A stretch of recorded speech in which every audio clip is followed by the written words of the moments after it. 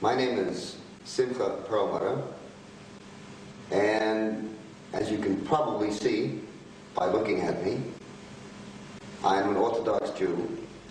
I live in Israel, and I have lived in Israel and in the middle of the desert in Israel for nearly 30 years. And for a rabbi, an Orthodox rabbi, to live in the middle of Israel, in the middle of the desert of Israel, for 30 years, one must be either a little bit crazy or having been perhaps called by God. Now, I don't know. I may be in urgent need of a psychiatrist, or it may be that I've been called by Hashem, by God, or it may be a little of both. In any case, a question arises, and I suppose you're entitled to an answer. What am I doing here?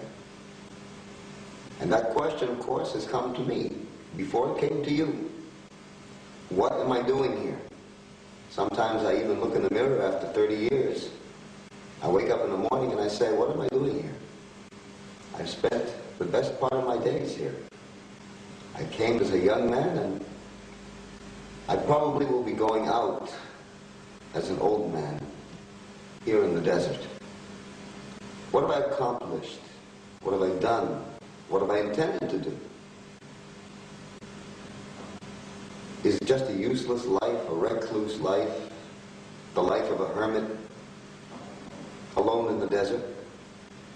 Or is it something that I've been called upon by God to do?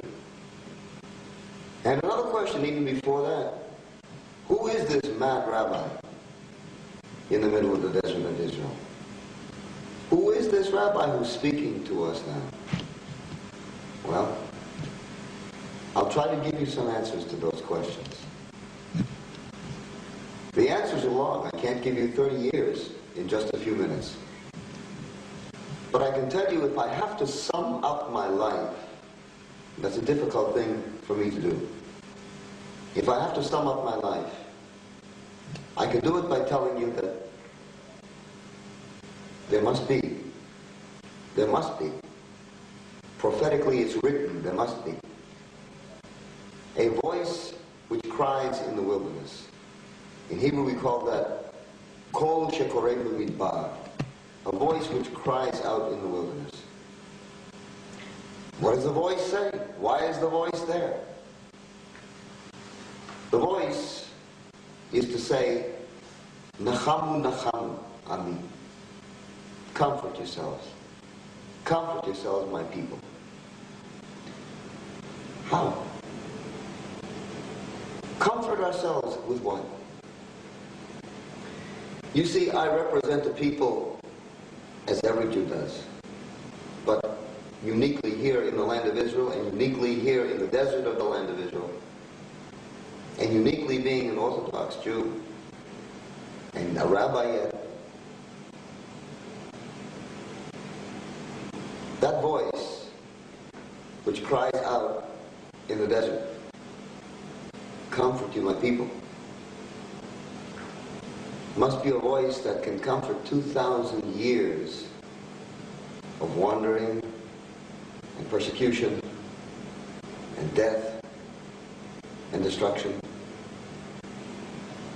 And principally, that has come about in what we know, in what we call, in Jewish terminology, the Roman exile, the exile of the kingdom of Rome. In Jewish history, we are aware of 3 exiles. The first one being the exile to Egypt, from which we were taken out by God in the great Exodus and brought into our land. We were slaves, and from slaves we became free men, and from free men we became princes, sons of the living God, as he says in Shmois in Exodus, as he says in Exodus chapter 4, verse 22, B'ni B'chori Yisrael, my son, my firstborn, are you, O Israel. Imagine that. Here we are, a people that came from slavery to free men, and from free men to sons of the living God. Quite a come up. Quite a come up. It's simple. Sometimes it would be very painful and very hurtful to us to tell. We've tried. Very often we've tried to tell the truth about many things.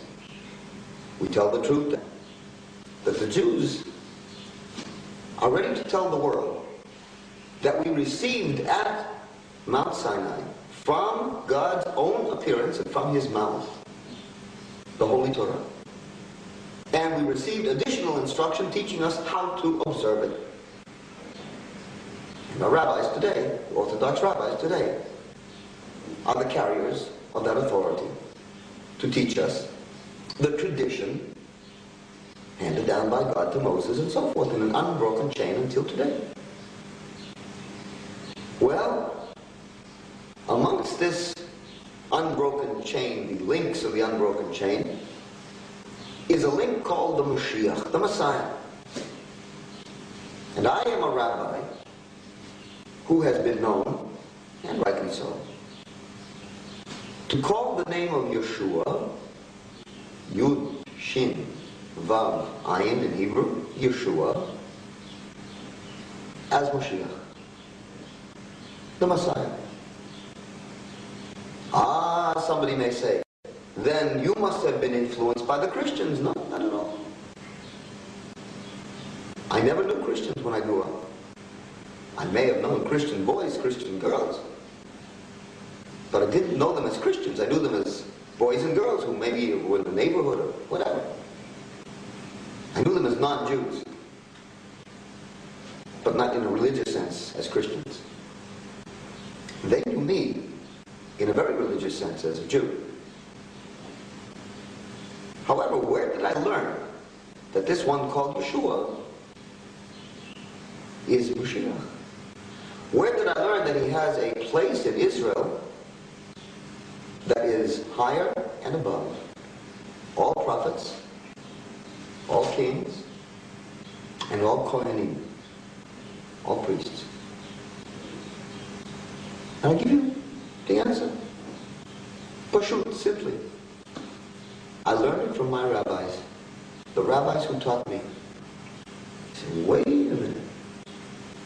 How is it that you learned something like that from your rabbis? Simply because they taught it to me. Well, now you can ask me the question, and I hear it coming from the airwaves. If you truly believe in this one Yeshua, isn't he the same one that we Christians call Jesus?